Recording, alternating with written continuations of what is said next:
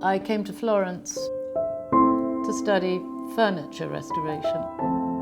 It hadn't really occurred to me that it would be in Italian, so I didn't understand a lot of what I was doing. And I stayed on and I met my husband.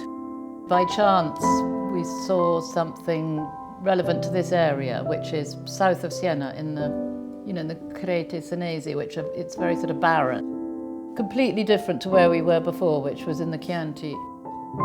I started a shop in Buonconvento, which is the local town, selling household things, and people started asking me to help them with their houses and things.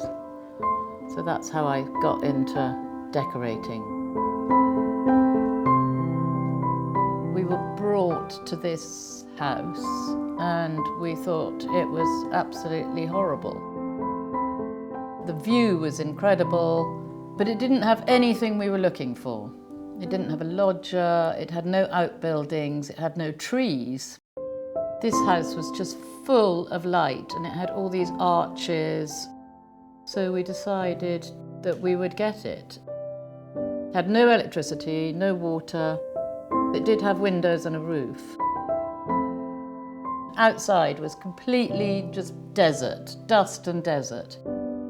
Upstairs was, like a bed in a dusty room.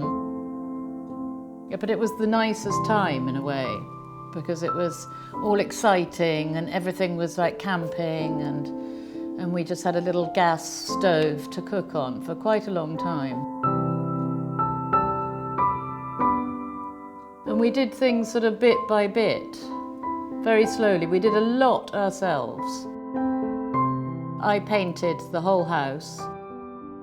We laid outside, this bit outside the kitchen, we did with friends. Friends came, they knocked down this wall, they knocked out the 2 arches in the kitchen. It was quite lonely sometimes. I wanted to be, involved in life, and it felt very like a sort of retirement, it's a reverse retirement in a way. But I did always have this sense that we had this beautiful life. And then my husband got very ill and died. That was a very bad moment. I'd always, he would be out in the garden and he would stand sort of smoking and staring. And I would just say, well, what are you doing? And he'd say, I'm gardening. After he died, we came back here, having been away for maybe 2.5 months.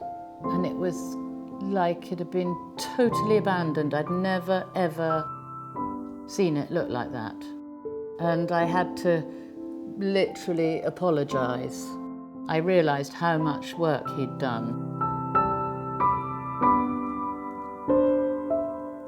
I don't feel Italian. I wish I did.